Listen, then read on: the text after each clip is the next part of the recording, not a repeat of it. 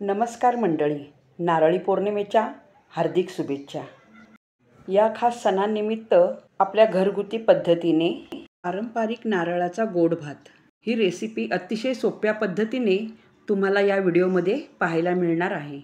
नारळाचा गोड भात कसा बनवायचा आणि तितकाच चविष्ट, संपूर्ण कुटुंबासाठी परिपूर्ण.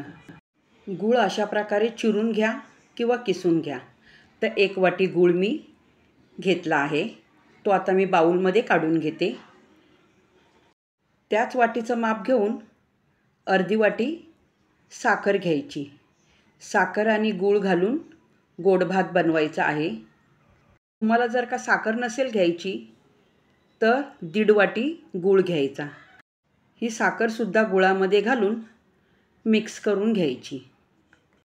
साखर आणि गुळाचा बाउल बाजूला करून तांदळाचे माप घेऊया.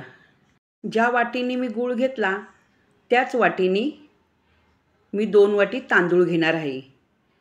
तर 1 वाटी तांदूळ घेतले. अजून पुन्हा एकदा दुसरी वाटी भरते.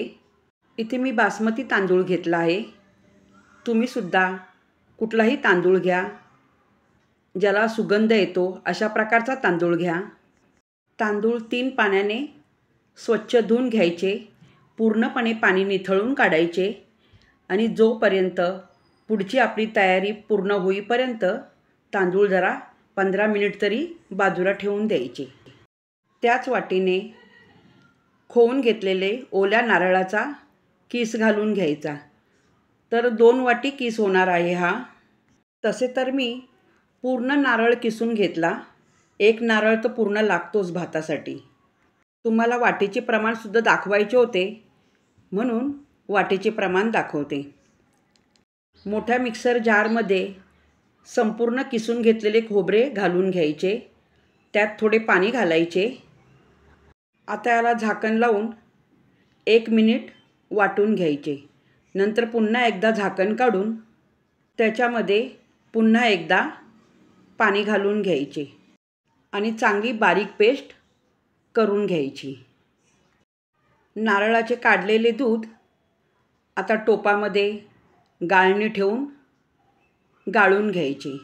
खोबरे पूर्णपणे ड्राय होईपर्यंत खोबऱ्यातले दूध काढून घ्यायचे आहे.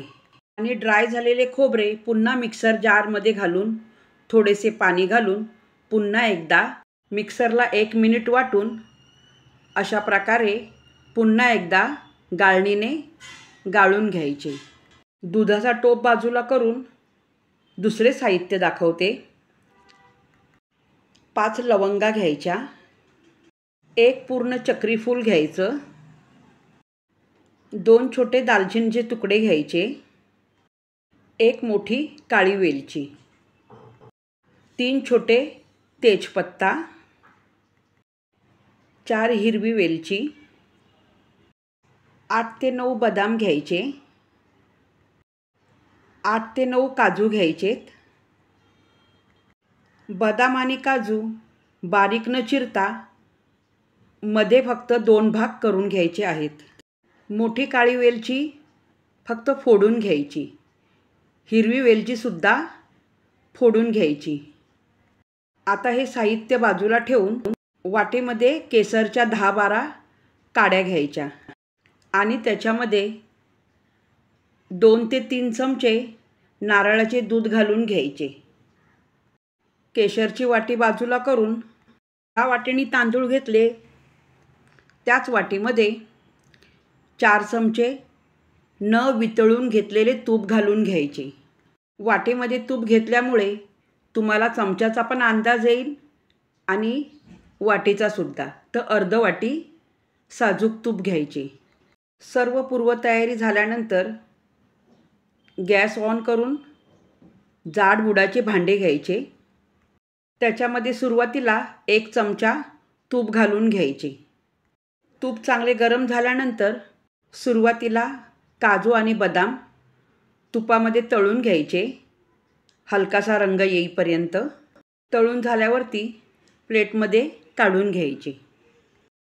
पुन्हा एकदा 1 चमचा तूप घालून घ्यायचे. अजून एवढे तूप शिल्लक आहे. दुसऱ्यांदा टाकलेले तूप गरम झाल्यानंतर गरम मसाले घालून घ्यायचे. नंतर 1 टीस्पून हिरवी बडीशेप घालून घ्यायची. 1 सेकंद याला परतून घ्यायचे. मसाले परतून झाल्यानंतर धुवून घेतलेला तांदूळ घालून घ्यायचा. मंद आचेवरती तांदूळ चांगला परतून घ्यायचा तुपामध्ये. तांदूळ तुपामध्ये परतून घेतल्याने भात मोकळा होतो. 2 सेकंद चांगले परतून घेतल्यानंतर एकाच वाटीचे प्रमाण मी तुम्हाला दाखवत आहे. ज्या वाटीने तांदूळ घेतले 2 वाटी तांदूळ, तर त्याच वाटीने 4 वाटी नारळाचे दूध घालून घ्यायचे. तांदूळ जर का जुना असेल तर अर्ध वाटी दूध जास्त झाले तरी चालते. 2 वाट्या दूध घालून झाले.